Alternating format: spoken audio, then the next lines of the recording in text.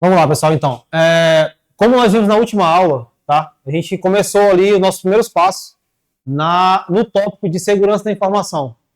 Eu como profissional da área, acho um tópico muito relevante, não só para o concurso, mas para o teu dia a dia, para a tua vida toda. E que é um tópico muito legal para as bancas de concurso, porque dá para você fazer inúmeros tipos de abordagem, inúmeros tipos de questionamento em relação a esse tópico, tá? É um leque muito grande de coisas. Eu acredito que nós vamos conseguir concluir isso aí hoje e também estudar ali umas 10 ou 15, são 10 ou são 13 questões que eu preparei para a gente ver sobre esse tema aí, tá? Vimos os 5 tópicos, tá? Temos como base os 5 e conforme os 5 tópicos sejam seguidos, naturalmente, ele vai estar em conformidade. No caso, desde que siga tudo ali, todos esses tópicos, você vai estar em conformidade em relação à segurança da informação, tá? A gente começou a ver algumas coisas relacionadas a alguns métodos utilizados para garantir a segurança dos dados. Nós temos o quê? Nós temos a criptografia, nós temos certificados digitais, tá? Ué? Já? Beleza. Tava me sentindo numa boate aqui. Nem é sexta ainda. Temos aí os itens que fazem com que a gente tenha ali uma segurança dos nossos dados. São as criptografias, são diversos tipos de criptografias, tá? Desde da hora que você coloca seu digital no celular, ali já é uma conferência, ali, um modo de verificar a criptografia do seu digital. E também uma simples senha, um e-mail e senha de um portal, na qual você insere, para ter acesso àquele portal, tá? Aí você tem o quê? Garantias de autenticidade. Autenticidade em relação ao que tem de conteúdo naquele portal, autenticidade em provar que você é você mesmo, entendeu? Que a sua senha, seu usuário está correto. Vimos também sobre isso daí, deixa eu avançar um pouquinho aqui. Vimos também sobre os logins, tá? Formas de você fazer login. Hoje estão diversos tipos de logins que você pode estar ali tendo contato. Inclusive, não somente usuário e senha, já estamos acostumados. Conferência de digitais, tá?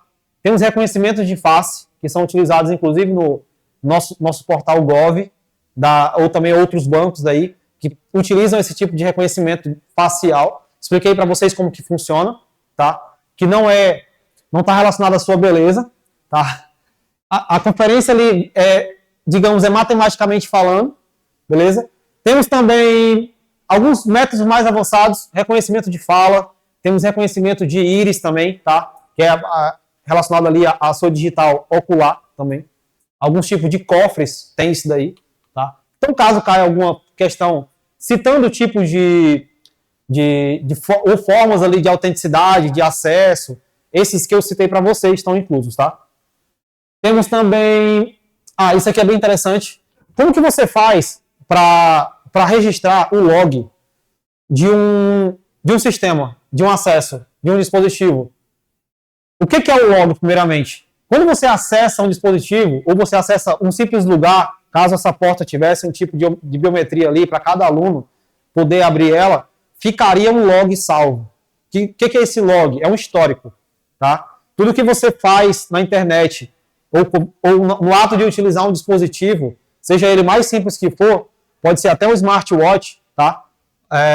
Fica ali um registro do que foi feito nas últimas horas ou nos últimos dias naquele dispositivo, tá? Esse log é importante para que o sistema daquele dispositivo ou daquele lugar saiba, em caso de necessidade, que precise ser feita uma auditoria. O que é uma auditoria? É conferir se naquele dia quem teve acesso àquele sistema realmente estava permitido a fazer aquele acesso. Então temos o quê? Sistema de registro, também chamado de log, e a finalidade desse log não é expor as suas informações, não é, digamos, desbilhotar ou investigar as suas informações, é simplesmente registrar o que aconteceu naquele sistema nas últimas horas, tá? Então temos aí essa finalidade. Assinaturas digitais, citei para vocês. Essas assinaturas digitais, normalmente nós, pessoas físicas ou até pessoas jurídicas, utilizam o quê? Certificado digital. Nós temos 2 tipos de certificados digitais. Tem um certificado digital do tipo A1 e temos o tipo A3. Essa numeração que vem depois da letra A, ela julga o vencimento dele, ou seja, a validade desse certificado. Então, o A1 tem 1 ano de validade e o A3 tem 3 anos de validade. Tá? O método de utilizar esses certificados digitais e o propósito normalmente é o mesmo. Para que serve esse certificado digital? Como você usuário, não pode, por exemplo, assinar digitalmente a caneta, como a gente costuma fazer quando a gente vai assinar um documento, existe um método chamado assinatura digital para você provar que é você mesmo. Isso é como se fosse uma identidade digital para que você consiga transferir um arquivo seguro, fazer uma declaração de imposto de renda, acessar um portal ali que tem um pouco mais de restrições, tá? Portais, por exemplo, governamentais ou setores setores públicos, caso você trabalhe em algum setor público, você precisa desse certificado digital como colaborador, como funcionário, para transferir seus arquivos, para acessar o seu sistema, entre outras coisas. Como que você obtém esse certificado digital? Comprando ele, tá? Tem uma licença. E essa licença, ela tem essa validade de 1 ano ou 3 anos, tá? E você normalmente adquire esse certificado digital pela internet, caso você tenha mais habilidade em comprar diretamente de algum fornecedor da internet, ou você pode adquirir como contador, tá? Alguém ali que possa fazer essa intermediação para você. Temos também segurança física e lógica. É fácil de entender. Eu já vi, inclusive, questões falar sobre isso, porque a gente está acostumado a estudar a segurança lógica, que digamos assim, é a forma como o sistema ele se mantém seguro. Mas existe uma segurança física. Qual que é a segurança física? É o acesso à sala que você trabalha. A porta da sua sala, provavelmente ela tem uma chave. Essa chave é codificada. Entendeu? Ela é única. Isso é uma segurança física. Você tem um método físico para acessar o ambiente. E a segurança lógica seria o quê? Seria um sistema de monitoramento de câmeras que mantém de forma segura ali, digamos ali, o sistema de TV interna para verificar o que acontece naquela sala. Tem o acesso do teu sistema digital, o login do teu computador, o login do teu notebook, entendeu? O login do teu celular que tu utiliza na empresa. Então, isso aí são métodos de segurança lógica. Segurança física está relacionada ao ambiente, ao lugar, ao espaço físico. Segurança lógica diretamente relacionada ao mundo digital. Beleza? Aqui tem algumas explicações. Dá para vocês dar uma lida depois no slide. Tem os tópicos detalhadamente, caso fique alguma dúvida ainda. Aí nós chegamos até os mecanismos de proteção. Quais são os mecanismos principais? Antivírus e firewall. Quando se fala em sistema operacional, principalmente de Windows, tá? Você já lembra logo de quê? De vírus. Meu computador ele pode se infectar ou ele pode estar infectado. Sim, isso é uma realidade diária que acontece com usuários de sistema do tipo Windows, tá? Não que o sistema seja ruim, mas que o sistema é muito popular. Então, quando o sistema é popular, assim como o Android, ele tem mais pragas virtuais que foram desenvolvidas para ele, tá? Professor, nós temos o Linux, é super seguro, não pega vírus. É uma mentira, é uma fake news, tá? O Linux também pega vírus. Mas como ele é para um grupo de usuários ali que tem uma afinidade, uma vivência diferente com o mundo da informática, acaba que não há desenvolvimento muito intenso ali de vírus ou pragas virtuais para aqueles sistemas Linux, assim como também o MacBook, que utiliza um sistema específico para ele. Também não há muito vírus, mas o nosso Windows, que a gente utiliza no dia a dia, tá? Ele é ali uma biblioteca, uma enciclopédia de vírus, tá? À disposição para te infectar. De que forma esse vírus chega até você? Das mais inúmeras formas, tá? É até difícil citar quais são todas as formas, mas vou citar algumas. Ele pode chegar a partir de uma foto que você recebe num bate-papo, tá? Uma foto de uma pessoa, por exemplo, que te conhece. Às vezes você está falando com uma pessoa que realmente você conhece, uma pessoa idônea ali, e ela te manda um arquivo, ou por bate-papo, ou também por e-mail, e inocentemente esse arquivo dela vai infectado, porque o computador dela estava infectado. Tá entendendo? Então essa transmissão ela pode ser à distância. Não precisa nem você ter um contato direto com a pessoa, não precisa nem você copiar o arquivo via pendrive do computador dela, tá? Pode ser de forma inocente, esse arquivo pode ser enviado para você, tá? Independente da pessoa, tá? Esse arquivo pode vir infectado. Porque o culpado não é a pessoa, e sim um computador que ela está utilizando. O computador dela que está infectado ali de pragas virtuais. E, como eu falei para vocês, temos o antivírus e o firewall. Então, tem esses dois caras aí, esses dois carros-chefes que fazem com que protejam um pouco mais o seu sistema operacional, para que você não seja infectado por vírus no seu computador, tá? Então, o antivírus já tem ali um nome bem intuitivo, antivírus, tá? O propósito dele é o quê? Está ali como linha de frente para verificar esses arquivos que chegam.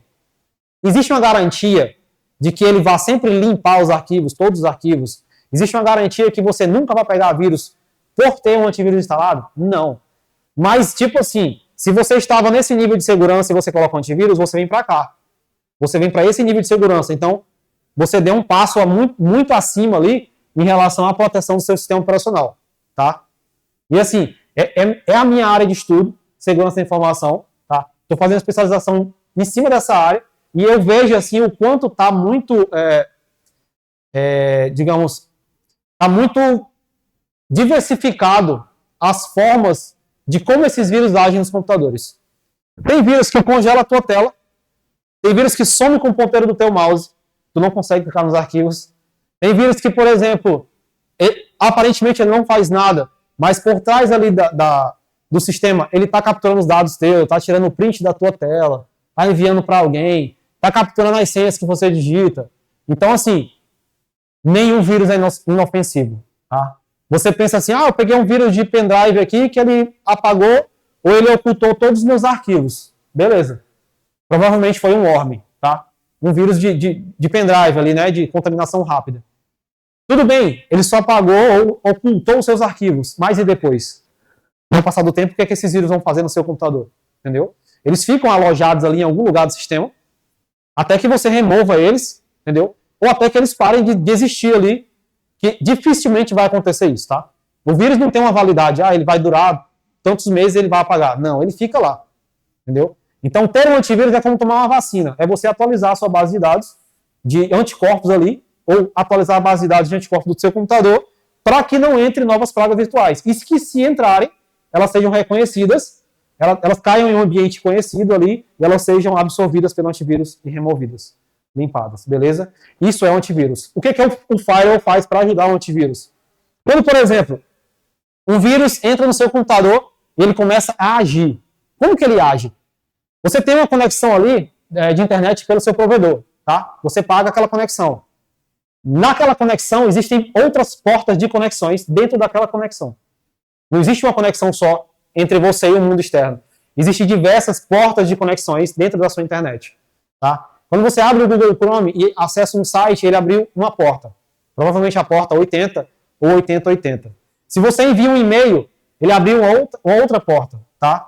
Que vai usar um protocolo chamado SMTP, ou POP3, enfim, é um pouco mais técnico aí, mas isso é só para você entender que cada coisa que você faz no computador, cada tipo de serviço que você usa, seja um e-mail, uma transferência de arquivo, um download, vou baixar um vídeo aqui num site que é gratuito, vou baixar esses vídeos aqui para me ouvir, vou baixar essas músicas. Quando você clica em download, quando você envia um arquivo, quando você recebe um e-mail, ali está havendo uma troca de informações e está utilizando portas de conexões, entendeu? Já definidas. Essas portas, elas podem ser utilizadas pelos vírus. Para quê? Para te sabotar. Elas podem utilizar aquelas portas ali que são verdadeiras para transferir os arquivos no qual eles querem roubar do seu computador, tá? Então, o firewall faz isso, ele verifica essas portas, tá bom? Ele verifica quais portas são verdadeiras e quais são falsas, e faz aquele bloqueio ou aquela liberação, conforme ele veja que há necessidade, tá bom? Essa é a grande diferença do antivírus e do firewall. Temos aqui conceitos na qual dá para vocês se apoiarem nesse slide e ler um pouco mais, tá? E às vezes a gente fala um pouco mais rápido, de uma forma um pouco técnica, e que não pode ser que não assimile bem na sua mente aí, e depois você possa estar lendo os tópicos para diferenciar melhor. Inclusive, tem imagens para te ajudar a assimilar. Como eu tinha falado, um fator decisivo para um ambiente seguro somos nós mesmos, tá? Porque o computador, ele faz exatamente o que você pede, o que eu peço. Ou ele acessa o que eu clico, ele baixa o que eu clico, entendeu? Se você ligar um computador e deixar ele lá ligado o dia todo, ele não vai fazer nada. Provavelmente ele vai só se atualizar, alguma coisa assim automática. Mas ele não vai fazer nada além disso, tá? Porque precisa você utilizar ele. Então, usa de uma forma consciente. Então, se te perguntarem de alguma forma sobre qual o principal método de segurança para um ambiente seguro em informática, para o uso seguro de um computador, é o quê? Treinamento. Treinamento o quê? Pessoal, para que você entenda como usar um computador direitinho. Conhecimento, entendeu? Aí depois que começa os recursos técnicos, que são os antivírus, os firewalls, mas o primeiro item a ser verificado como garantia de segurança é você, tá bom? Somos nós ali. Política de senhas, falei sobre elas, tá? Olha só, temos dois tópicos interessantes aqui. Um deles fala sobre engenharia social e um deles fala sobre força bruta. Qual que é a diferença e onde que isso existe, como que é utilizado? Provavelmente alguns de vocês, com o passar do tempo, já teve alguma senha quebrada ou descobriram a sua senha de algum acesso, acessaram o seu perfil, entendeu? Quem passou por isso daí já, de perder perfis ou ter a senha do Wi-Fi descoberta, sendo que você sabe, teve a garantia de que não passou para ninguém. Isso provavelmente, se não aconteceu, mas vai acontecer um dia. Então, assim, existem duas formas básicas de alguém roubar as suas informações. Tá? Utilizando engenharia social, que é um método mais, digamos ali, mais nerd, mais expert, e temos também a força bruta, que usa um pouco mais de técnica e ferramentas. O que é isso daí? O que é engenharia social? Sabe quando você está acessando um site, navegando, e de repente aparece um balãozinho assim, dizendo que você ganhou uma certa quantia de dinheiro, clique aqui para resgatar. Ou você é o cliente de acesso número 1000 e não sei quanto, clique aqui para receber o seu prêmio. Entendeu? Aí tem também, hoje em dia, as táticas aí dos tigrinhos, né? Então, assim, das plataformas de jogos, né? Que estão dentro de outros sites. Então, a engenharia social, ela utiliza isso daí. Engenharia social. Ela faz você acreditar que você precisa daquilo, ou ela desperta um desejo em você em clicar naquilo, tá? E nós somos falhos. Nós somos falhos. Eu clico para me saber o que tem ali. Mas por que eu clico? Para me analisar o que vai acontecer depois. Mas, obviamente, eu não vou ir até o final e não vou fornecer os meus dados na qual eles estão pedindo. Eu clico e vejo ali para mérito de estudo mesmo. Mas imagina um usuário leigo, está navegando ali e, por impulso, ele acredita em uma propaganda ali muito fantasiosa, ou um tipo de premiação que ele recebeu. Você recebeu uma assinatura de não sei o quê, clique aqui para resgatar. E tudo parece muito real, o site, tá? A verdade é essa, o site parece muito real. Eles fazem da melhor forma possível, com as melhores técnicas para parecer real. Por isso que é engenharia social, para ter uma troca social com você, uma troca amigável, né? E o que acontece, o que existe ali depois desse clique, que você clica em algo suspeito? Ele vai começar a te pedir informações. Ele vai pedir, digite sua senha ou tal coisa assim. Não. Ele vai começar a te pedir informações pessoais, como se você fosse fazer um cadastro real. Nome, endereço, suas preferências, entendeu? Gênero, enfim. Ele vai começar a aparecer um formulário como se fosse um cadastro real. Aí no final, que a engenharia social funciona assim, ela deixa a parte mais sensível para o final. No final ela pede o quê? A tua senha e o teu e-mail.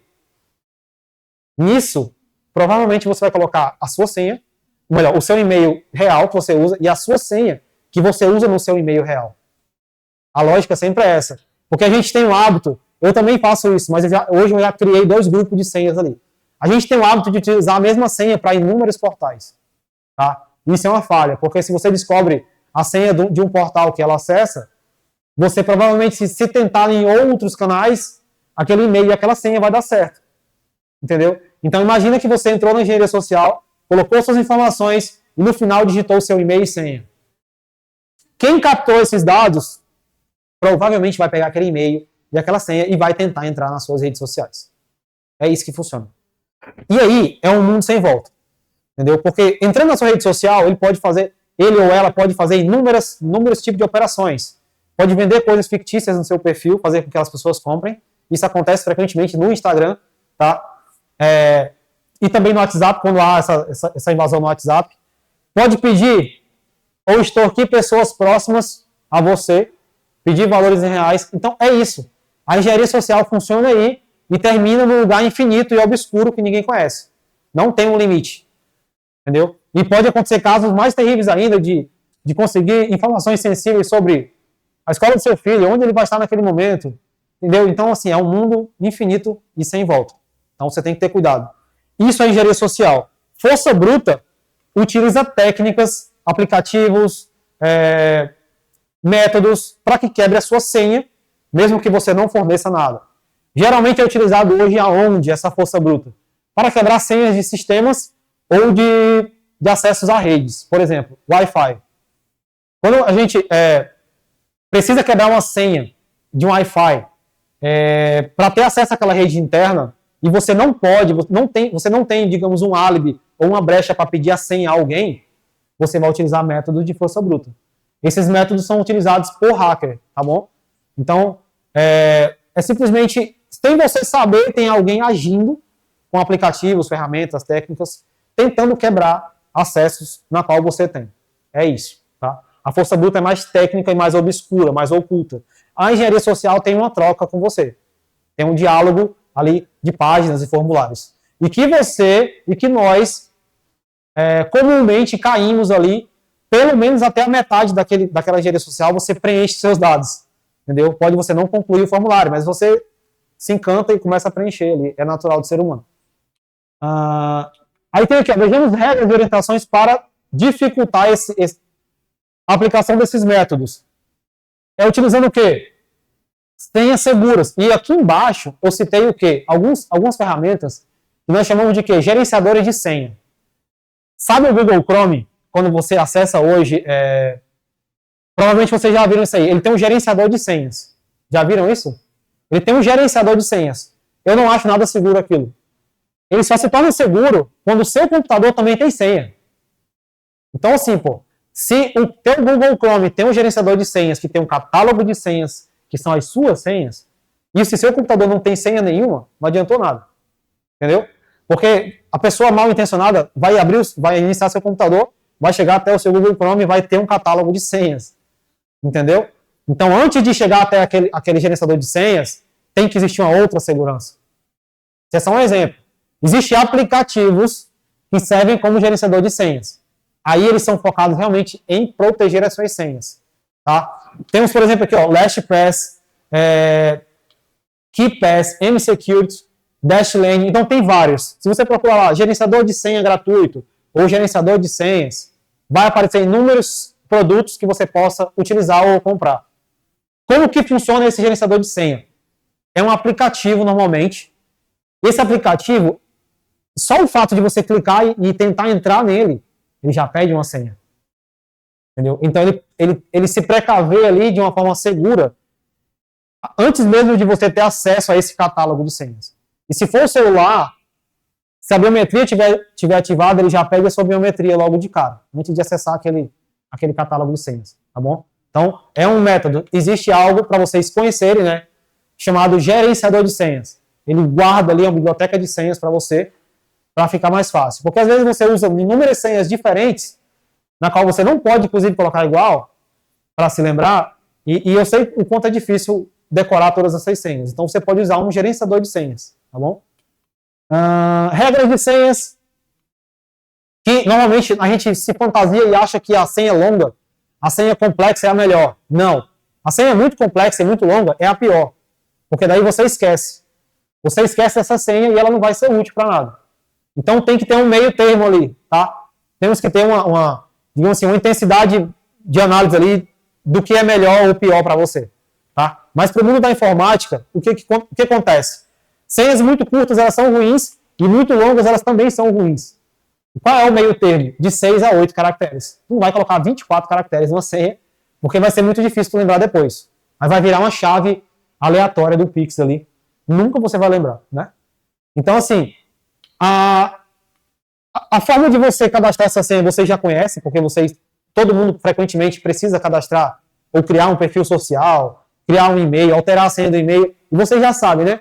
Alternância de senhas, ou melhor, alternância de caracteres entre maiúsculos e minúsculos de 6 a 8 caracteres, incluindo símbolos ou caracteres especiais, né? Que são os arrobas, os pontos de exclamações, entre outras coisas aí. Esse é o padrão básico de criar uma senha segura. Outra coisa que eu falei na última aula, sempre cria 2 grupos de senhas. Suas redes sociais utilizam um tipo de senha. Por exemplo, seus e-mails, seus bancos digitais que utilizam senhas parecidas também, utilizam uma outra senha, tá bom? Porque caso alguém invada a sua rede social, ela não vai conseguir acessar o teu banco Inter, Nubank, C3, enfim, diversos bancos que existem na Terra aí, né? Então, assim, cria 2 grupos ali para ficar mais difícil. Eu já faço esse método hoje. Temos o uso de tokens, certificados digitais, já falamos, biometrias. Isso aqui, ó. Ativação de dispositivo 2 fatores. Essa ativação de dispositivo, melhor, esse tipo de autenticação, ele chama-se 2FA. Essa aqui é a forma técnica de falar sobre autenticação de 2 fatores.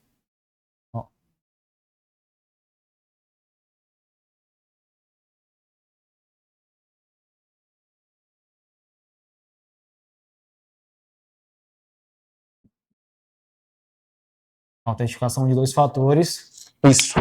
Então, assim, caso apareça essa palavra aqui, ó, 2FA, não se assusta, não é nada muito técnico. Tá só traduzindo de forma ali, mais informaticamente falando, isso daqui, autenticação de 2 fatores. O que é? Muita gente confunde isso aqui ou não consegue compreender e nem entender para que existe isso aí. Ó, a forma básica de você acessar algo é usuário e senha. Soube isso daí, você acessa. Com o tempo, notou-se que isso daí era muito inseguro, ou era pouco. Então criaram-se o quê? Criou-se o 2FA, que é a autenticação de 2 fatores.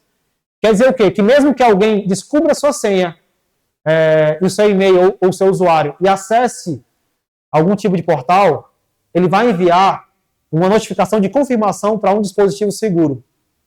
Entendeu? Tipo assim, vamos supor, o teu Facebook está logado ali, está instalado no seu celular. E alguém, de alguma forma, tentou acessar ele ou descobriu o seu usuário e senha e iniciou em um computador. Quando ele for acessar esse Facebook, ele não vai acessar logo de cara e vai para os finalmente. Não. Ele vai enviar uma notificação para o seu dispositivo para você confirmar. Entendeu? Para você confirmar se sim, se não, se você conhece ou não aquele login. Funciona dessa forma. E esse tipo de método pode ser aplicado em qualquer sistema, em qualquer site. Tá? Pode falar.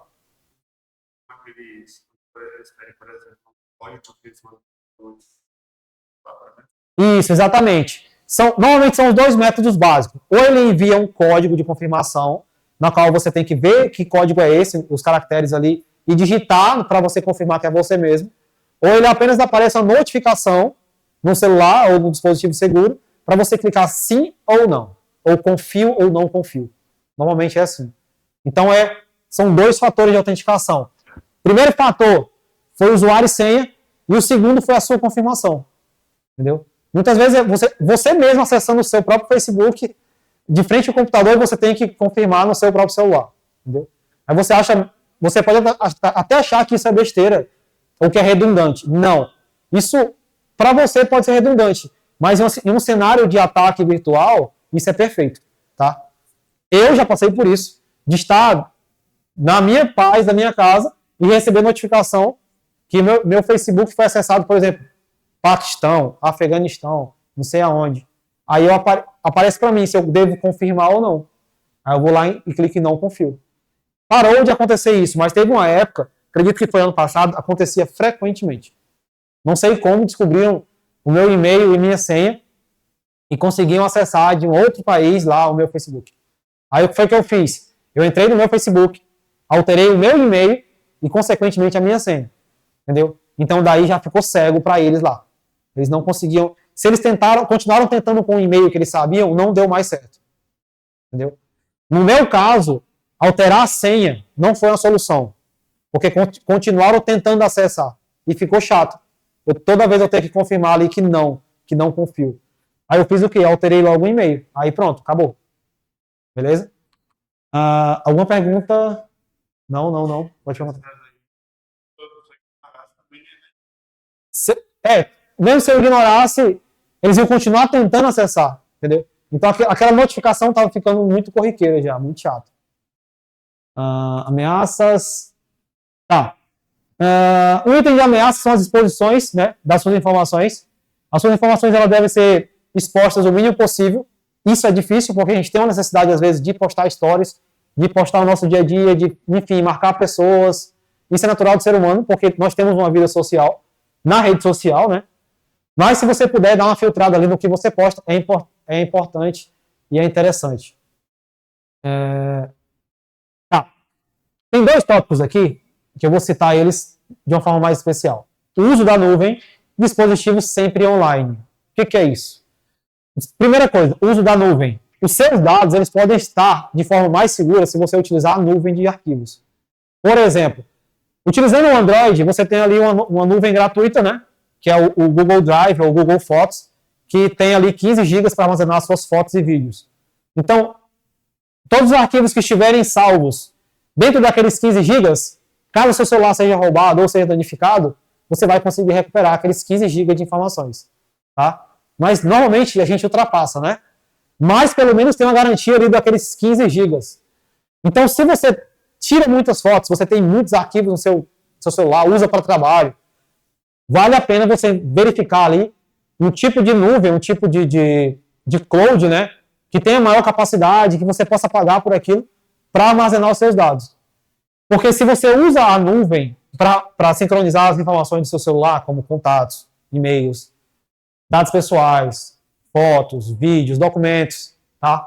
Planilhas, isso te dá uma garantia de que o seu celular, caso ele seja danificado ou ele suma da sua mão, você ainda vai ter acesso àquelas informações que estão na nuvem. Tá? Então a nuvem é hoje, antes a nuvem era um luxo. Você tinha a nuvem como um luxo, como um serviço adicional. Hoje não, é um item de segurança. Tá? É para tanto que tanto a Apple quanto a linha de dispositivos Android, entre outros, já tem uma nuvem gratuita ali, né? Uma degustaçãozinha para você colocar os seus arquivos. Aí você pode pagar ou comprar mais espaço. Dispositivos sempre online. Todo dispositivo sempre online. O que é isso sempre online? Assim, ó, toda vez que você compra um dispositivo novo, é importante você fazer a configuração certa nele. Por exemplo, ativar o rastreamento daquele dispositivo, no caso de iPhone, Android. Esse rastreamento não é para as pessoas saberem onde você está, entendeu? A menos que o seu boy ou a sua mina aí instale algum aplicativo para te rastrear, né? Para saber onde você está. E já é com você.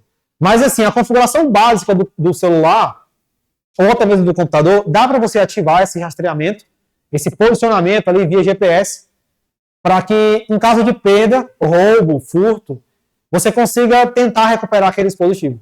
Tá? Por exemplo, hoje, o iPhone é um dos celulares menos roubados. Por quê? Porque investiram muito em segurança.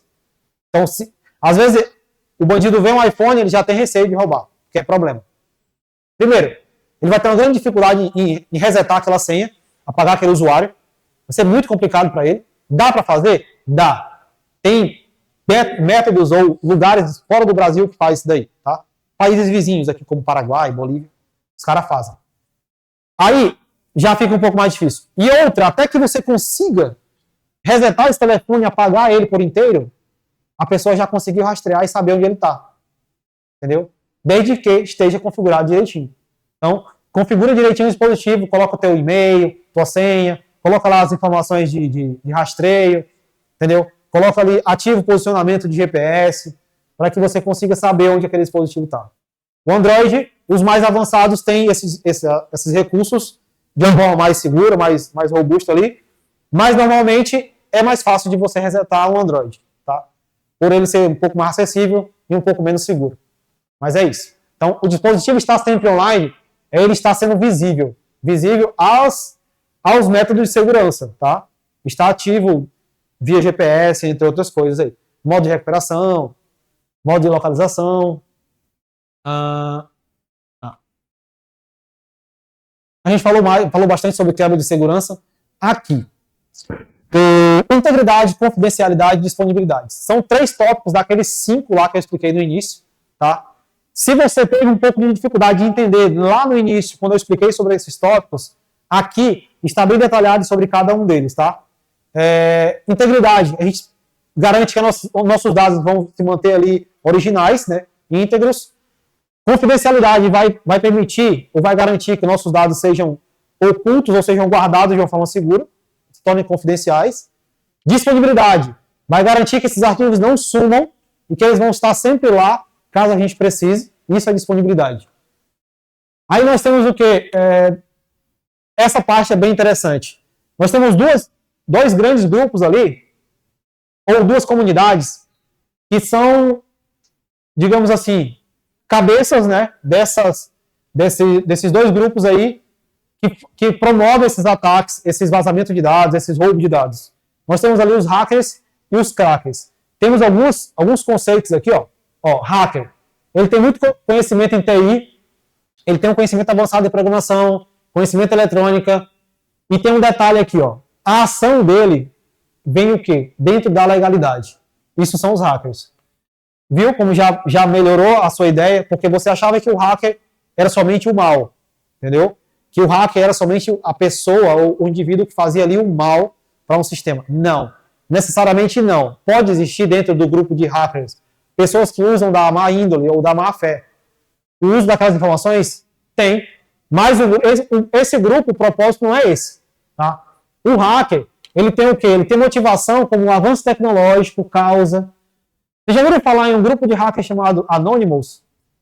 Já? Os Anonymous, eles fazem o quê? Temos um portal também chamado Wikileaks. Quem tiver curiosidade, procura no Google depois. E se no Google não aparecer, procure em outro buscador. Wikileaks. Wikileaks é um portal na qual ele posta documentos, ou documentos que eram confidenciais e foram vazados. De escândalos políticos, de pessoas que fizeram mal para outras pessoas, entendeu? Abuso de poder, entre outras coisas. Esses documentos foram roubados por quem? Pelos hackers. Então, assim, se, por exemplo, um grupo de hackers sabe que um parlamentar, um presidente de um país X, está cometendo fraude, está fazendo diversas coisas ruins àquela comunidade, normalmente esses grupos hackers, que são chamados de grupos hackativistas, que são hackers ativistas, eles fazem o quê? Invadem o sistema daquele país e roubam documentos. Para que fim? Para escandalizar, para expor aquelas coisas que nós, usuários comuns, não teríamos acesso. Entendeu? Sabe aquele segredinho que você quer saber do presidente, do parlamentar que roubou tanto? Milhões aqui, milhões ali. Então, quando vazam essas informações foram roubadas por hackers. Tá? Elas foram capturadas por grupos de hackers. Esses hackers normalmente são chamados de hackativistas. O maior grupo hackativista são os Anonymous. Os Anonymous estão em um país só? Não. Professor, onde os Anonymous estão? Não sei. Estão em todo o mundo. Tem Anonymous no Brasil, tem Anonymous na Rússia, tem Anonymous bolivianos, enfim, qualquer um que tenha conhecimento técnico e queira entrar nessa causa de expor, escandalizar certas situações, investigar de forma ali, a desvendar certas coisas, pode fazer parte dos Anonymous, entendeu? Então é uma comunidade aberta, na qual tem ali aquela absorção de novos membros ali frequentemente, entendeu? Dilma passou por escândalos de revelações de e-mails pelos Anonymous, Lula também já passou, enfim, diversos parlamentares já tiveram, principalmente e-mails roubados por grupos como esse. Tá? Os crackers não, ali é diferente. Já é diferenciado o cracker. Sabe quando, por exemplo, roubam dados de alguém, fotos íntimas, por exemplo, ou documentos sigilosos. E essas pessoas que roubaram pedem resgate por esse documento, que é uma quantia em dinheiro, para te devolver essas fotos, quer te extorquir de alguma forma, te faz pressão psicológica, te promete te expor. Então, assim, causa todo um transtorno ali a uma instituição ou a uma pessoa. Isso daí são os crackers. Eles agem de forma assim, fora da lei, tá? E normalmente os crackers, eles trabalham meio que individualmente. É cada um por si, ou pequenos grupos, tá? Então, é cada um por si, visando ali roubar uma informação X de uma pessoa Y. É algo muito, muito focado. E isso daí tem o principal propósito de reverter em ganhos financeiros. Tá? Então, hackers são muito ativistas, normalmente não tem muito retorno financeiro com isso, é mais uma questão de exposição e de mérito, tipo, eu fiz, eu mostrei. O cracker não, o cracker é diferenciado. É, digamos que é um criminoso da internet que está ali para te extorquir, para conseguir afetar o teu psicológico. Os haters, por exemplo, que falam coisas sobre pessoas e roubam informação daquela pessoa. Isso daí são os crackers, tá? São a diferença entre eles. Para a gente finalizar aqui, antes do intervalo, dentro dos hackers, nós temos três classificações. Quer falar? Pode falar. Que diferenciava dos hackers e os crackers era só a intenção dele. Fora a intenção, que já é uma diferenciação boa, é como eles se reúnem. O hacker geralmente é um país todo, é um mundo todo de pessoas em prol de uma causa. O cracker não, é um criminoso individual, ou pequeno grupo ali, que foca ou ameaça um certo lugar, uma certa pessoa. Tá? Não é algo muito global, é meio individual. São pequenos grupos ali que visam principalmente extorsão. Temos ali três diferenças entre os hackers. Nós temos ali White Hat, Black Hat e Grey Hat. Qual que é a diferença dos três? White Hat são os hackers do bem. Que hackers do bem são esses? São pessoas que fazem, por exemplo, especialização em segurança da informação, ciência da computação, e que trabalham na segurança dentro de uma empresa específica. Por exemplo, tem um setor de segurança da informação do estado do Acre. Ali dentro tem caras ou mulheres com conhecimento de serem hackers. Mas aquilo é convertido em quê? Em sabedoria e em aperfeiçoamento do sistema. Entendeu? E aquilo ali é para uso interno. O Black Hat são o quê? São as mesmas pessoas que têm o mesmo nível de conhecimento, só que estão fora desse nicho aí. Eles agem de forma black, ou seja, de forma maléfica, em cima do mundo todo, tá? São os hackers do mal ali. White Hat, hackers do bem. Black Hat, hackers do mal. E o Grey, que é o cinza, ele tem digamos ali que fica em cima do muro, né, como a gente costuma falar. Ele costuma se vender fácil. Ele faz o quê? Ele vai para qual lado estiver melhor para ele ou favorecendo, tá? A maioria da galera está aqui, no Grey Hat, tá? Então, quem decide ser um hacker, tanto está envolvido em coisas ativistas, quanto também em extorsões, roubo de informações, vazamento de coisas, fotos sensíveis de pessoas, enfim. Todo mundo quer lucro dentro desse grupo aí, tá bom? Então, vamos lá para o intervalo, na volta a gente continua. Fechou?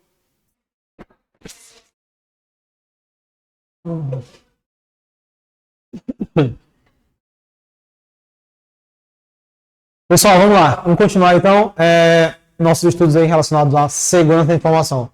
Principais tipos de ameaça. Quando você fala de ameaça, vocês já conheceram algumas, na qual eu citei no decorrer da explicação. Nós vamos agora desenrolar um pouco especificamente cada ameaça dessa, tá? As ameaças normalmente são o quê? São as pragas virtuais, são os vírus, os arquivos maliciosos, infectados, enfim, ou os métodos que são utilizados para invadir o seu computador. Essas principais ameaças, ela tem um grupo gigante que inclui todas elas. Quem são? São os malwares, ou vírus. Lá, malwares, ou softwares maliciosos, traduzindo em português, né? Ou ainda mais genericamente falando, vírus, tá?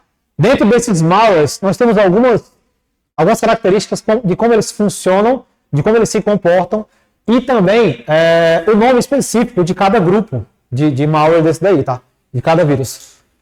Quais são as principais características que possuem nesses vírus aí? Eles atingem o quê? As vulnerabilidades de programas existentes, ou seja, eles enxergam brechas ali nos programas. E como você faz para que essas brechas não existam? Manter sempre atualizado os programas do computador. Mantenha sempre atualizado o próprio computador, o próprio Windows, e também os softwares que você utiliza, os programas.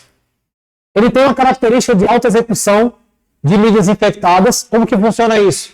Quando você pega o seu pendrive, copia um arquivo de outro computador e apenas conecta no seu computador, mesmo sem você copiar o arquivo, sem abrir, há uma grande possibilidade de haver uma alta execução daquele vírus e de que o seu computador ele começa a ser infectado por aquele software malicioso, tá?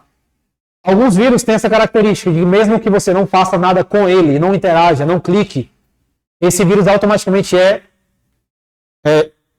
startado ali, é iniciado, de forma que o seu computador vai ficar contaminado. Tem outra forma de você ter contato com esses vírus também, como que é? Acessando páginas da web com navegadores vulneráveis, ou apenas acessar uma página suspeita. Observa bastante ali que páginas ou que links você está clicando e acessando, tá? Porque, inclusive, muitas vezes você acessa um link achando que é e não é. Você tem que sempre observar se a URL ali em cima, né? O HTTP ali, HTTPS, onde tem a barra de endereço na parte superior do navegador. E você tem que olhar ali se o site realmente é aquele site que você está acessando. Porque, muitas vezes, a página em si pode ser clonada. Ela pode ser idêntica ou muito parecida à página oficial daquilo que você está acessando. E às vezes o link é outro, entendeu? Há uma clonagem aí de sites que te faz acreditar e informar e fornecer as suas informações para algo que você achava que era real, mas é fake. Ação direta de atacantes, execução de arquivos infectados. Ação direta é o quê? Por exemplo, empresas específicas ou estados, municípios, setores, eles podem sofrer ataques voltados exclusivamente a eles. Por exemplo, vamos supor, o governo do estado em si, como um todo, pode sofrer um ataque exclusivo para o governo do estado. Tá? Grupos de hackers podem atacar o sistema do próprio governo do estado. Ou seja, o foco é somente esse. Então pode ter um ataque sim direcionado.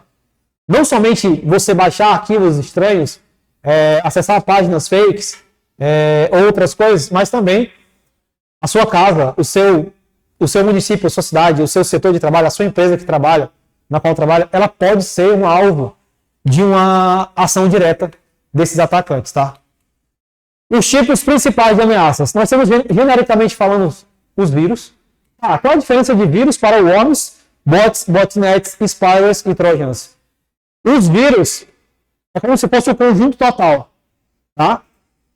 Tipo, vírus é onde está englobado todas as outras pragas virtuais. Vírus é a palavra genérica. Dentro desse globo, chamado vírus, existem algumas ramificações. Nós temos o quê? Temos os worms, que também são chamados de vermes, tá? Portuguesmente falando, em questões de concurso, eles costumam citar como vermes.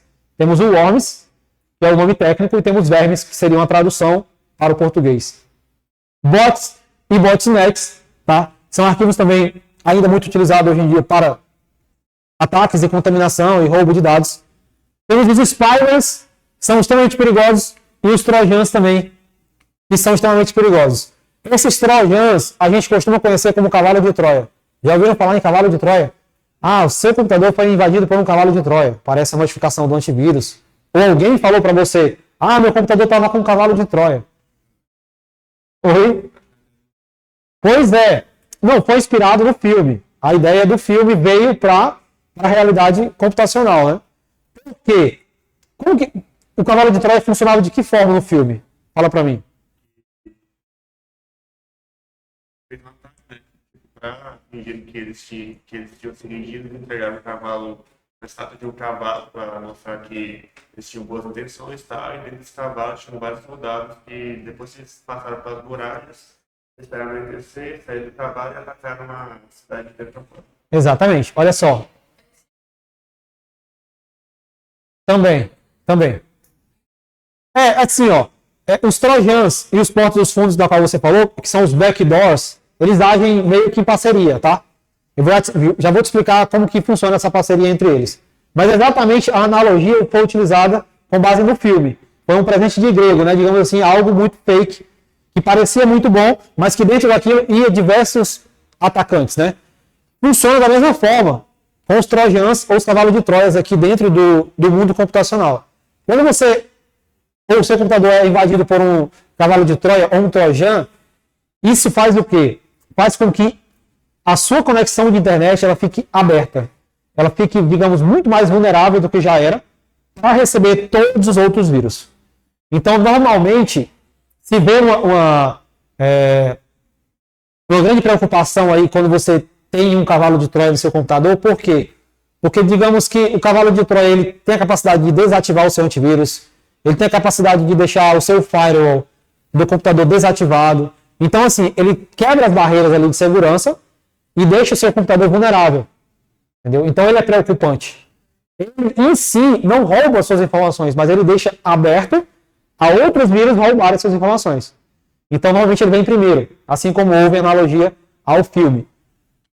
Quando ela falou, ela citou o item bem interessante chamado Porta dos Fundos, que é, digamos, é o português falando. No caso, são os backdoors. Os backdoors, eles é como se fosse o lado oposto dos trojans.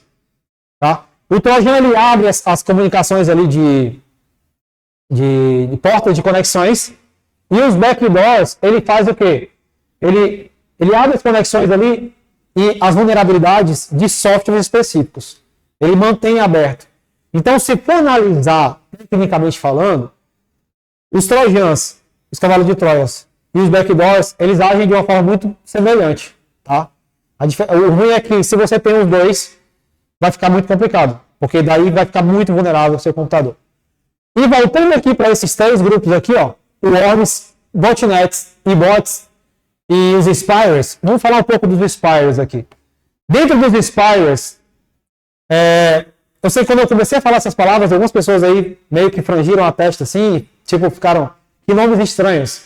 Mas observa os nomes, que na hora de solucionar uma questão de prova, você vai conseguir desconfiar, ou pelo menos entender a que aquilo se refere. Vamos lá. Os worms são os que têm um nome mais diferente ali. Eles são os vermes. Esses worms, eles vêm normalmente em quê? Embutidos em arquivos, seja um arquivo do Word, do PowerPoint, uma foto, tá? E normalmente essa contaminação é feita através de dispositivos, tipo pendrive que vai e vem, entendeu? Um arquivo que você compartilhou dentro da rede, na empresa que você trabalha. E o worm, ele é bem sacana porque, por exemplo, se eu tenho 10 computadores em uma empresa, e o meu computador de número 3 é infectado por um worm, a possibilidade dos outros serem infectados é de 150%. É mais de 100%. Entendeu? Assim, então, se tem um worm flutuando ali na rede da sua empresa, provavelmente ele vai se espalhar em todos os computadores. Porque ele é auto-executável, ele é auto-incrementável. O que é isso? Ele cria cópias dele mesmo. Então, se você recebe um worm e você tem 10 computadores, ele vai criar, obviamente, 10 cópias do mesmo arquivo, do mesmo vírus. Vai mandar um para cada computador. Entendeu? Eu já tive problema com isso em empresas que eu trabalhei, na área de TI. É chato porque você tem que descontaminar todos os computadores. E conforme você for descontaminando, você tem que desconectar ele da internet. Para que ele não receba vírus de novo. Entendeu? Não adianta você descontaminar 5 computadores e o sexto está contaminado. Quando você descontaminar o sexto, os outros 5 já foram contaminados de novo. Entendeu? Então ele fica flutuando na rede. Ele é autodisseminado ali. Ele vai e vem muito fácil. Tá? Oi? Isso. Ao contrário. É porque assim, quando se fala de vírus, é exatamente isso que eu tento que vocês entendam. Quando você fala a palavra vírus, você está falando de todo mundo. Entendeu? É o nome genérico de pragas virtuais. Então todo mundo aqui que está abaixo de vírus são vírus. A diferença é que eles têm papéis diferentes. Ele tem um comportamento diferente. O worm verme é auto-executável.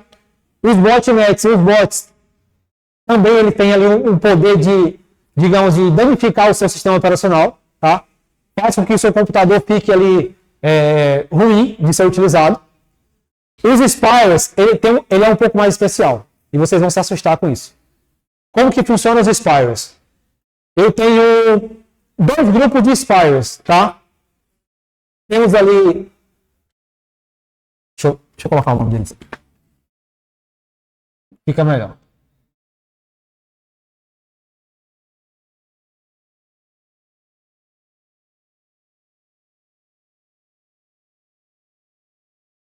Eu tenho lá os stream loggers e temos também os...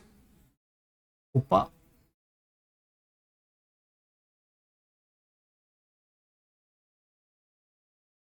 E temos lá os keyloggers. Qual que é a diferença dos dois? A diferença é que os screen loggers, eles focam em capturar a tela do seu computador e os keyloggers, eles focam em capturar as teclas ou dígitos. Como que funciona isso? Se você tem lá um Spire no seu computador, dentro desses Spire existem duas famílias, tá? São os screen loggers e são os keyloggers, tá? Eles têm modo de agir diferente um do outro. Os screen loggers, como já fala aqui, tela, né? Ele tem um foco de capturar as telas do seu computador. Como funciona isso? Ele tira prints. Ele tira prints da tela do seu computador e manda esses prints, essas fotos, para um e-mail, para alguém que tenha desenvolvido esse vírus, tá?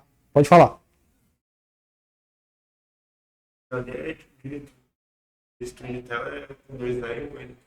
Isso, exatamente. Os screen loggers focam em tela e os keyloggers, eles focam em capturar tudo que você digita no seu computador. Agora, onde que entra a parte assustadora disso daí? Quando você digita uma senha no site, no portal, quando você digita a senha, ela não fica mascarada, ela fica com um asterisco, de forma que você não veja a senha, né? Tudo bem. Aí, se o meu keylogger, se o meu screen log capturar o print da minha tela, ainda assim ele não vai ver a senha que eu digitei. Mas e se ele capturar as teclas que eu digitei? Ele vai saber as senhas. Entendeu? É aí que começa a ficar assustador a coisa. Então, assim, diferentemente de ele conseguir enxergar ali a informação que você colocou, mesmo que esteja mascarado por asteriscos, a senha, ele pode já antes ter capturado as teclas, os dígitos que você utilizou. Então ele vai saber. Então, como assim? Como que funciona essa captura? Exatamente tudo que você digita na tecla ali, usa no seu teclado, ele vai criando um log, um arquivo de texto. Ele vai colocando, fazendo um históricozinho ali das teclas que você digitou para acessar aquele portal, aquele site. Então, tecnicamente falando, fica fácil você saber a senha de alguém utilizando esses dois caras aqui, tá? Os antivírus, eles focam muito, tá? Eles têm uma cautela gigante em capturar esses dois tipos de vírus aqui. Os antivírus, eles estão muito atentos em relação a esse tipo de praga virtual, porque é mais utilizado e é mais fácil para obter os seus dados que foram digitados naquele computador, ou até no celular, tá? Isso aí não fica só limitado a computador. Ele pode tirar a print da tela do seu celular e mandar para alguém e ver o que você está conversando. E também pode capturar o que você digita na tela ali, tá? Um exemplo.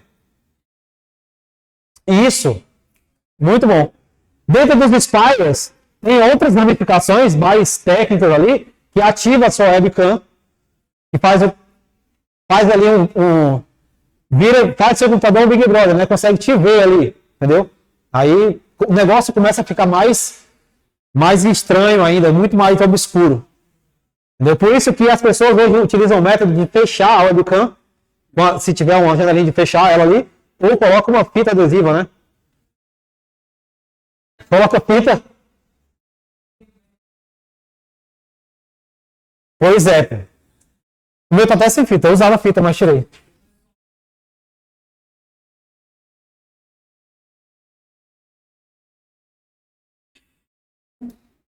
Cara, isso aqui é uma pincelada básica por cima disso que a gente está dando. Se você for aprofundar nisso daqui, eu até recomendo que você não aprofunde tanto, porque você vai começar a ficar com medo de utilizar o computador em si, entendeu? O melhor método é você não fornecer muita informação. Cara, é tão cabuloso esse negócio de webcam, que já invadiram webcams de pessoas e capturaram filmagens íntimas de pessoas aí, sem que ela não imaginasse que a webcam dela estava ligada, enfim. Entendeu? As webcams hoje, a maioria acende um LED, né? Acende um pequeno ponto de luz ali para dizer que tá ligada. Mas, e se não acender? Você não vai saber. Entendeu? Então, quando não estiver utilizando, ou tampa ela, fecha, desconecta, enfim. Usa o método que você achar melhor. Aqui tem uma especificação maior de cada um deles, tá? Não vou entrar aí, porque já expliquei isso aqui de forma falada. Botnet, Spire, Trojans. Olha só, essa imagem ela é muito top. Eu sempre uso essa imagem quando eu vou falar de pragas virtuais. Por quê? Porque essa imagem, mesmo que você não entenda, tipo, audiamente falando, eu tenho muita dificuldade de entender informática. Mas se você olhar para essa imagem, você vai conseguir responder algumas questões sobre vírus. Entendeu? Porque a imagem diz muito. Estudar informática com foto é melhor do que você estudar só falando, entendeu? Então, assim, ó, os ransomwares, eles são o que aqui pela imagem aqui, ó? Tem símbolo de dinheiro, tem algo meio relacionado a pirataria aqui, enfim, uma caveira. O que isso me diria? Ele faz o quê? Ele chantageia. Então, ele usa o quê? Valores. Tá, vamos analisar. Chantagem, valores, página da internet, uma caveira meio que criptografou meus dados ali. Tá. O que o ransomware faz? É um tipo de vírus, tá? Muito usado. E todos os meses, ou sei lá, semanas, aparecem novos aí, novas variações deles. E são extremamente poderosos, extremamente complicados, dependendo de onde esse ransomware for infestado, né? Por exemplo, se você for contaminado no seu computador por um ransomware, ele vai fazer o quê? Ele vai pegar todos os seus dados, todas as suas pastas, tudo, o seu computador como um todo. Ele vai criptografar e vai criar uma senha para acessar ele. Ah, professor, mas eu já tenho uma senha do meu Windows. Não, esquece. Não é isso. É muito acima disso.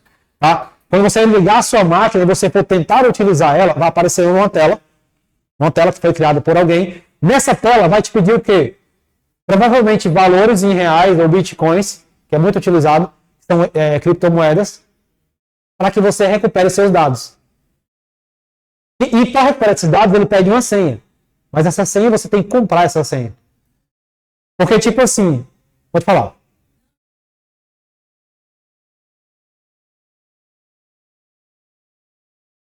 Ele roubou os dados aí, porque o acesso a ele exige pague para voltar. Existe um resgate. Exatamente. Existe um resgate dos dados, tá? E sim. E assim, cara, isso é de forma muito aleatória, tá? Um computador de uma pessoa que não tem nada no computador pode ter isso daí, ser contaminado. Vai ser algo fútil, né? Se seu computador não tinha nada de importante e você pegou um ransomware, o que você faz? Leva para um técnico, ele vai formatar e vai voltar ao normal. Beleza. A sua vida não influenciou em nada. Mas e se for uma empresa? Se for uma empresa de contabilidade, tem um monte de contrato. Entendeu? Se for um fotógrafo, olha que louco isso aí. Se for um cara que usa para fotografia o computador, tem inúmeros álbuns de fotos de pessoas ali. Às vezes fotos que ele nem entregou para o cliente dele, que ele nem vendeu ainda, ferrou. Entendeu? Acabou com a vida do cara, acabou com o trabalho dele, e normalmente esses valores são altos, tá? São valores altos cobrados, e eu conheço o caso. Como a aula está sendo gravada, eu não vou falar de onde foi a instituição. Mas um amigo meu me procurou, eu acredito que isso foi em meados de 2022, por aí, tá?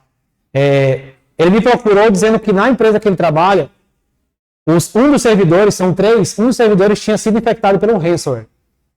Entendeu? E daí, como ele sabia que eu tinha muita afinidade com essa área de segurança da informação, ele me procurou para saber se tinha algum método para descriptografar ou recuperar aquela informação. Daí eu fui lá, verifiquei com ele e não tinha, tá? Para aquele tipo de ransomware, não tinha ainda digamos assim, um removedor, né? Não tinha ali um método que nós conseguíssemos desbloquear aqueles dados. E o valor que era pedido era muito alto. A empresa decidiu por não pagar esse valor, porque felizmente tinha uma cópia desse servidor em outro lugar. Só que assim, tinha uma cópia parcial. Então alguns dados ali foram perdidos, tá? Tivemos que formatar esse servidor, perdemos tudo, né? Tudo um pouco mais. E a empresa em si decidiu a não pagar essa recompensa, tá? Mas olha que louco. Tem algumas empresas que decidiram pagar a recompensa e mesmo assim não tiveram dado de volta. Então não tem garantia de que você vai ter de volta. Você está lidando com um criminoso. Entendeu? Você está lidando com um criminoso. Ele não está com arma na sua cabeça. Mas ele está com a senha. Que ele criptografa o teu computador. Que é quase a mesma coisa hoje. Entendeu? Então assim, não tem garantia.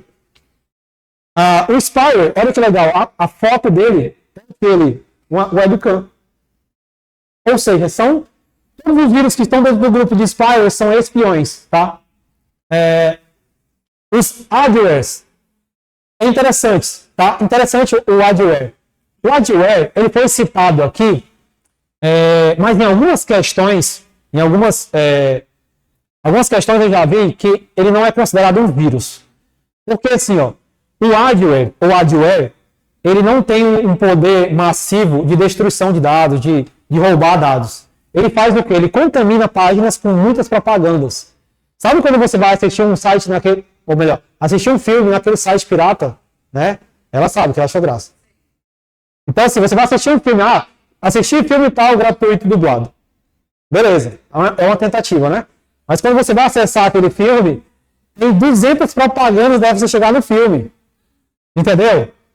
E são ali os clickbaits ali, são os anúncios que ganham com o clique que você dá, tá?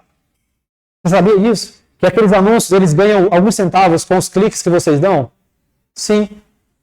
Quando você tenta fechar ele e ele abre de novo, já foram alguns centavos que eles ganharam. Então, assim, ó. Então, os adwares, eles são contaminadores, né? Enche as páginas ali de propagandas, de adjetivos, assim, de add-ons, tá? Por isso que tem ali uma página com um AD. Não, o YouTube é algo licenciado. É algo ali verdadeiro, né? As pessoas pagaram, o próprio YouTube promoveu aqueles anúncios lá de forma legal. O Orne já tem um pendrivezinho ali de imagem já, para você lembrar. Cavalo de Troia já está ali bem relacionado com o que a gente explicou já. E os botnets bem também relacionado ao sintoma que o teu sistema tem. Ele fica o quê? Extremamente lento e quase inutilizável. Às vezes o seu computador está lento não porque ele é ruim, não porque ele está cheio de arquivos, mas porque ele tem um botnet. Entendeu? Ele tem algum tipo de vírus do tipo botnet. Pode ser defeito de computador, sim, de hardware, né? De performance mesmo, pode. Mas às vezes o seu computador é novo, ele é bom, você sabe que ele é bom, você comprou, pagou uma nota por ele, e mesmo assim ele é muito lento. Ou está muito lento naquele período. É bom verificar se não tem um tipo de praga virtual chamado botnets ou os bots, tá? Outra coisa. Existe um tipo de ataque na internet chamado... Vou colocar aqui porque eu já vou cair isso em questões.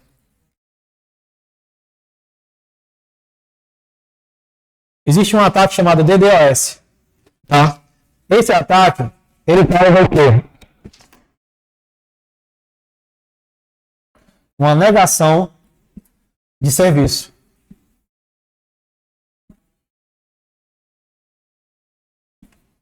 Negação de serviço. O que é serviço para nós aqui falando, né? O site é um serviço. O fato de aquele site funcionar, o Facebook, o Instagram, o UOL, Globo, o lance desse site, o fato desses sites funcionarem, para nós é um serviço disponível. Imagina se um dia eu preciso muito de um site, sei lá, .gov.br, um site governamental para você olhar alguma coisa ali. E você entra e esse site está fora do ar. Você precisou do site da banca do concurso, na véspera da prova, para confirmar alguma coisa e o site está fora do ar. E aí? Errou. Esse site pode ter ficado fora do ar por diversos motivos. Mas se for falando em ataques, tem o quê? Um método chamado DDoS. Ou ainda, pode vir aqui truncado, né, como a gente fala, pode vir como DOS. E não está muito correto vir DOS. E o certo vem DDoS, tá? Mas pode ser que venha DOS. Ou DOS. Esse método aí utiliza esse modo operandi aqui, ó. Utiliza os botnets. Sabe o seu computador que está zumbi ali, como a imagem mostra, ele está lento, é porque ele tá sendo utilizado para quê? Para fazer pequenos ataques na internet. Sim. Tipo assim, ó, vamos supor, temos ali, vamos falar a nível de Cruzeiro do Sul, temos ali 50 mil computadores a nível de Cruzeiro do Sul. Isso é uma suposição. Desses 50 mil computadores, imagina que 10 mil deles tenham botnets, que são arquivos maliciosos ali que fazem aquele computador trabalhe, entre aspas, né, como um pequeno hacker, um pequeno zumbi, para direcionar e acessar um site. Eu citei para você o site .gov, né? Imagina que esses 10 mil computadores, de forma simultânea, no mesmo instante, acesso a esse site.gov. Então já são 10 mil acessos só em um momento, a nível de Rio Grande do Sul. Imagina se isso é replicado no mundo todo. De cada site, de cada estado, de cada município, eu consigo ali 500 computadores, 1.000 computadores, 2.000 computadores, de forma que esses computadores eles se tornem zumbis que acessem um site específico. Isso vai acontecer o quê? Vai congestionar esse site. Tá? Ah, professor, mas eu já vi congestionar site de banca na véspera da inscrição. Beleza, normal. Porque é muita gente querendo se inscrever, né, naquele instante. Então, naqueles minutos ali, naquelas horas, vai ficar pesado, mas depois volta ao normal. Isso foi um pico de acesso que teve. Um pico de acesso natural.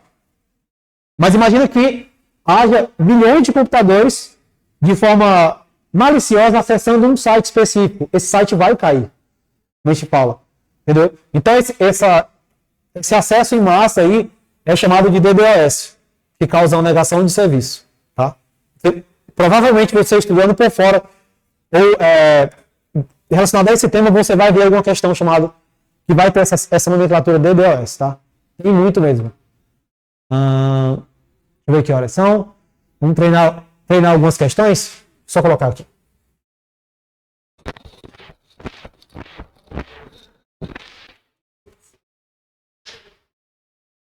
Aqui. Tá.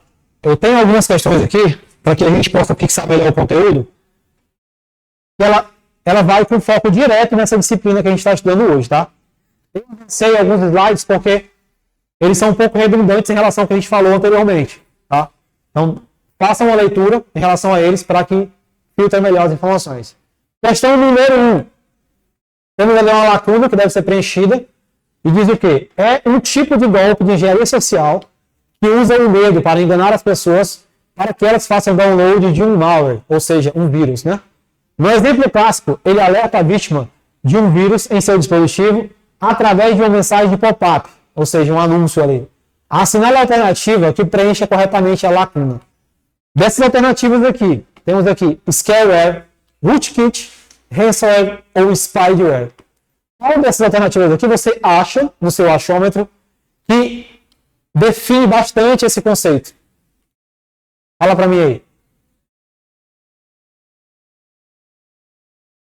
Inclusive aí, tem um tipo de praga virtual na qual a gente não estudou especificamente ela hoje.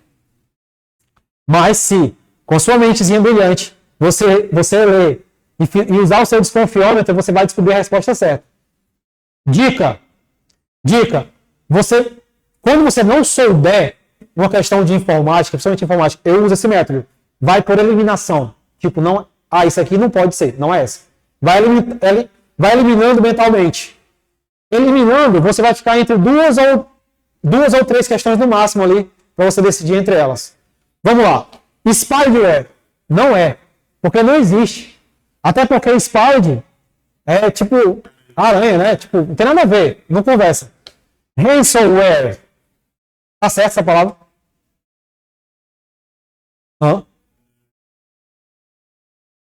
Nesse lugar aqui, ó, é um A. Eliminamos mais uma. Viu como o desconfiômetro funciona? Rootkit, você não estudou. Eu aceito essa desculpa. Rootkit não é bem um vírus, tá? É um tipo de arquivo não malicioso ali, mas que tá dentro dessa família aí. Vamos ficar desconfiando dele. Scareware. Cara, Scare. Scare é o que em inglês? Medo. Né? Relacionado a medo, terror, pânico. E o conceito fala sobre o quê? Sobre medo. Entendeu? Ele fala o quê? Ele usa o medo para enganar as pessoas. Então é Scareware. Entendeu? Então assim, mesclando um pouco de desconfiômetro e um pouquinho de inglês, você consegue responder algumas questões de informática. Mesmo que você não tenha estudado especificamente aquele assunto. Então, número 1, letra A. 2. João administra uma rede de computadores com muitos sistemas de informação, cujas informações, ou melhor, cujas operações são de acesso restrito, pois contém informações confidenciais. Nos últimos meses, João recebeu diversos relatos de ataque de keyloggers e screenloggers. Vimos aqui. Diante desse cenário, João deve proteger a sua rede de ataques do tipo: os worms são os worms? Não. Não são espiões, não tem esse foco. Spywares, perfeito. Spy, espião, em inglês. Spywares é a família de todos os tipos de vírus espiões ali. Então, esses dois camaradas se encaixam dentro da alternativa B. São ali os spywares. 3. Antônio recebeu uma mensagem de SMS supostamente enviada pela segurança corporativa, orientando-o a clicar em um link para atualizar um cadastro. Provavelmente um link fake, né? Ao fazê-lo, Antônio cai em um site falso, mas bastante parecido com o da sua empresa, e fornece dados sigilosos, como nome de usuário e senha. Exatamente o cenário que eu expliquei hoje. Esse tipo de técnica de engenharia social, que se aproveita da confiança depositada por um usuário para roubar dados, é denominado, letra A, Trojan. Não, Trojan é um vírus, né? É um tipo de vírus, não é bem um método. Letra B, phishing. Ele disse que sim. Tá, eu vou aceitar o legal dele. Vamos adotar aqui. C, spoofing. Backdoor ou ransomware. Vamos eliminar. Trojan não é. Não é um tipo que se encaixa aqui. Ransomware também não é. É um vírus que pede ali resgate dos seus dados. Backdoor também não é. É algo que abre conexões nas portas de conexão da sua internet. Então ficamos aqui entre phishing e spoofing. Eu até aceito que você não saiba essa questão. Porque a gente não viu especificamente, eu não expliquei para você tecnicamente o que seria um phishing ou um spoofing. Mas eu disse para você que existem sites falsos que fazem você acreditar que é verdadeiro, porém não é. Isso você já conhece. Então agora você vai conhecer o quê? Que existe algo chamado phishing. Tá? Phishing seria o quê? Pescar, né? Relacionado à pescaria. Essa pescaria de dados ali, exatamente usa esse método. Cria uma página que parece original, só que por trás daquela página existe uma captura falsa de dados. Entendeu? Então esse método de phishing, de pescar informações, é o que se encaixa nesse conceito aí da questão número 3. O spoofing é diferente. O spoofing ele faz o quê? Você, por exemplo, aí começa a ficar preocupante a coisa. No phishing você acessou um site que é falso, né? E se você olhar o link lá em cima, a URL, você vai ver que aquele link está estranho mesmo. Por exemplo, se era para você acessar www.uol.com.br, lá provavelmente vai estar www.uol2.com.br, entendeu? Então tem apenas um 2 ali de diferença que faz com que vá para um site fake. Isso é um exemplo. Realmente o link está errado.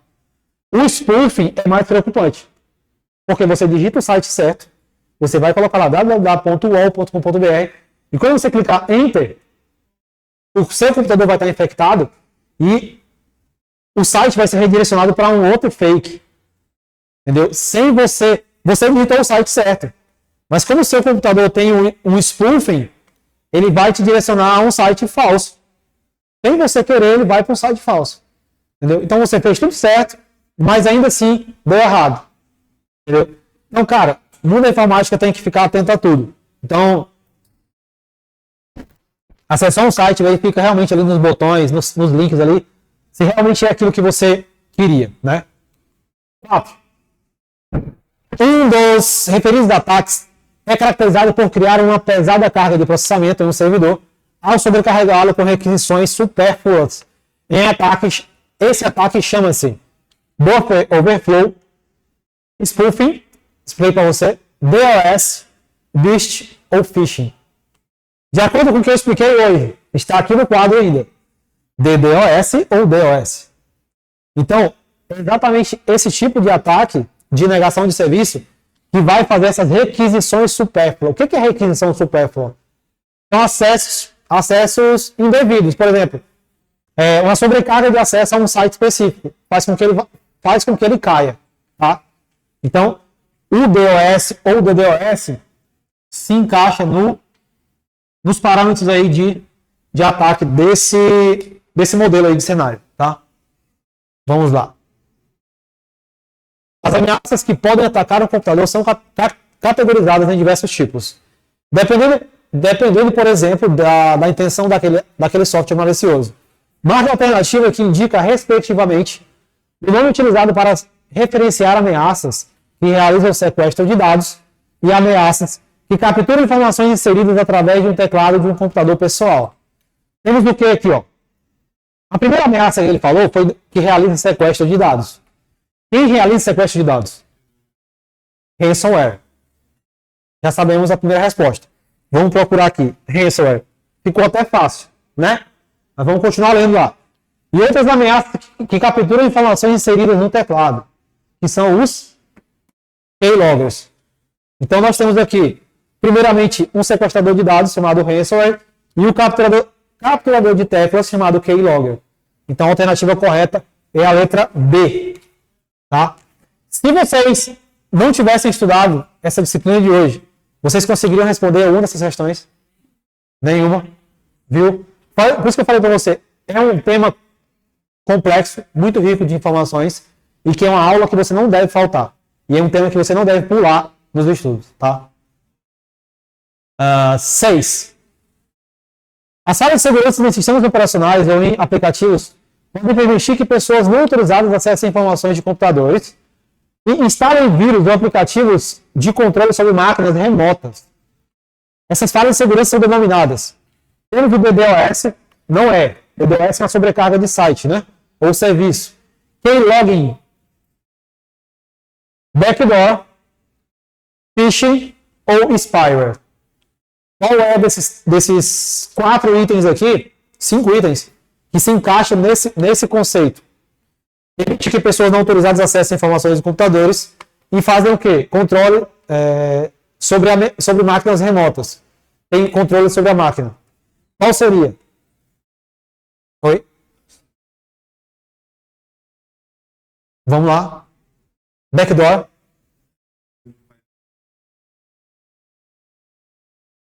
Vamos lá. DOS, ataque sobre o site. Keylogger, captura teclas do seu computador. Backdoor, ele abre portas e conexões, assim como a nossa amiga citou lá no início da aula. O backdoor, ele faz parte da família do Trojan, do cavalo de Troia. Só que ele justamente faz o quê? Deixa ainda mais abertas as conexões e deixa muito mais vulnerável o computador. O seu computador passa a ser controlado por outras pessoas, tá? Então, temos ali como exemplo o backdoor. Sim, o backdoor se encaixa nesse conceito. O seu computador ele vai ficar sendo controlado por outra pessoa ou por outra pessoa maliciosa aí, tá? 6C, backdoor. 7. São consideradas vulnerabilidades ou ameaças a um sistema, exceto.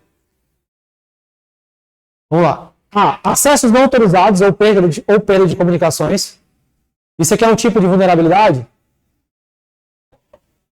Ele falou exceto, então vamos concentrar. Sei que vocês estão cansados, mas vamos lá. Ele perguntou o quê? São consideradas vulnerabilidades ou ameaças a um sistema, exceto. Ou seja, qual dessas aqui não é uma ameaça ou uma vulnerabilidade? Letra A. Acesso não autorizado ou perda de comunicação. Isso aqui é um tipo de vulnerabilidade. Se teve um acesso ou uma perda de comunicação, é uma vulnerabilidade. B. Instalações prediais, incluindo a presença de detectores de fumaça ou outros recursos para combate de incêndio. Oi? Essa daqui faz parte do exceto aqui, né? Porque isso aqui é uma vulnerabilidade física. Lembra que eu falei no início da aula? Temos vulnerabilidades lógicas, que são nossos computadores, dispositivos, sistemas. E temos as vulnerabilidades físicas, que é relacionada ao espaço físico. Então aqui é predial. Ou seja, então a letra B, ela não é um conceito de vulnerabilidade a um sistema, e sim a vulnerabilidade física. Alguém tem hora aí? Tá perto, né? Só para me ter uma noção aqui. Assinala a opção que corresponde a um tipo de malware que bloqueia o acesso da vítima aos seus dados pessoais e exige pagamento de resgate para liberá-los. Muito fácil, com base no que a gente estudou hoje. Qual é o vírus que pega os seus dados todos ali, rouba para ele e pede um resgate sobre isso? Ransomware. Ou ransomware. Tá? Letra B, 8. B, 9.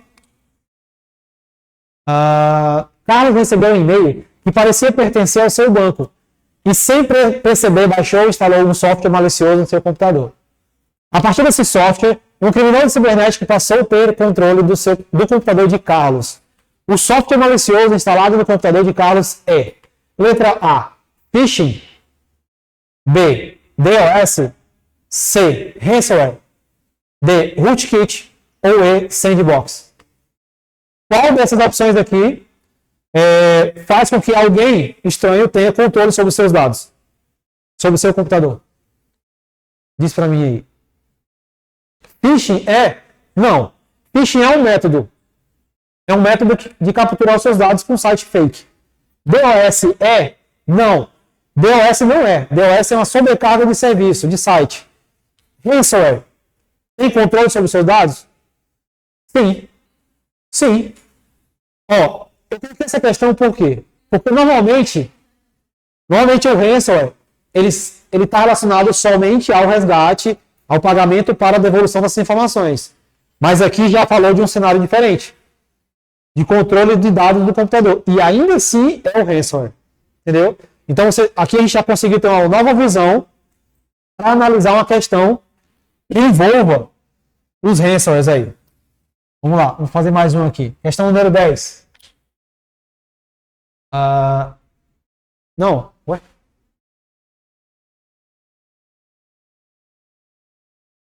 Tem algo errado aqui. 8, 9, 10. Tá. 10. Tá certo. Um dos males mais nocivos e difundidos atualmente é o ransomware, que atua por meio de algumas formas. Os mais comuns deles é o que permite acesso ao equipamento infectado, mas impede o acesso aos dados armazenados, como eu tinha explicado. Esse tipo de ransomware é conhecido como, vamos lá, letra A, é um tipo de ransomware. Já mudou o negócio, já filtrou mais. Letra A, Locker. B, Scareware. C, Doxware. D, Leakware. E letra E, Crypto.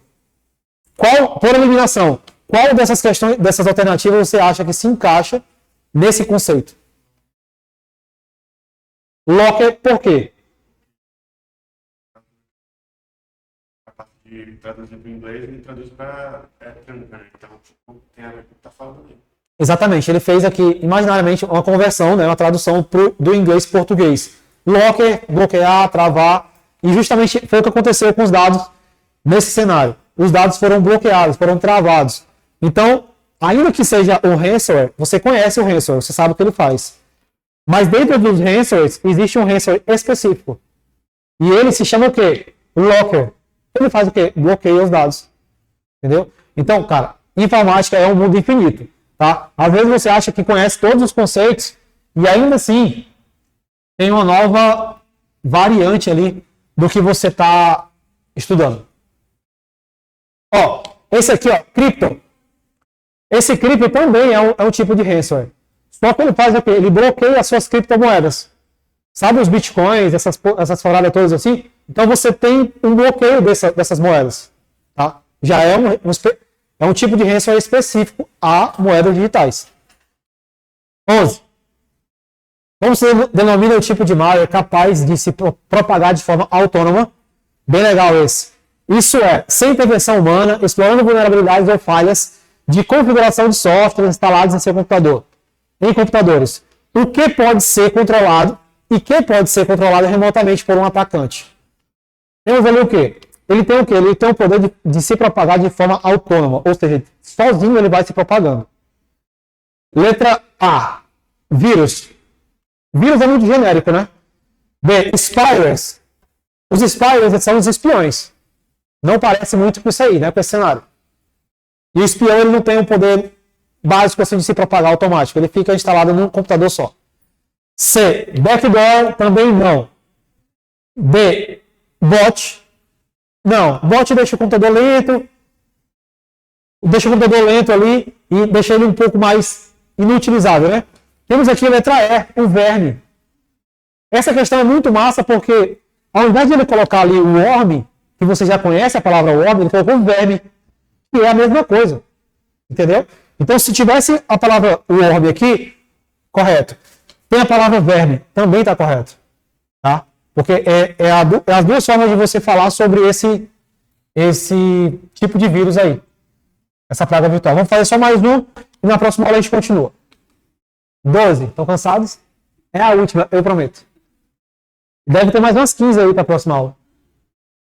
Você vai fazer as 15 agora também? Tô brincando. Ó, 12. Nomenclatura usada para se referir aos e-mails não solicitados. Que geralmente são enviados para muitas pessoas. Essa aqui é para não zerar. Alguém acertaria essa? Com certeza, né? Porque essa palavra ficou muito popular com o passar dos anos, né? Nós temos ali os spams. Inclusive, nós temos uma caixa específica para elas agora no e-mail, né? O próprio e-mail ali detecta que é um spam e joga para os spams lá. Pessoal, por hoje é só, tá? Letra C, alternativa correta, da número 12. Na próxima aula a gente continua os estudos de segurança da informação e iniciamos outros tópicos aí, tá bom? Tá, essas questões elas estão anexadas ao slide, ou mesmo slide que eu mandei, tá bom?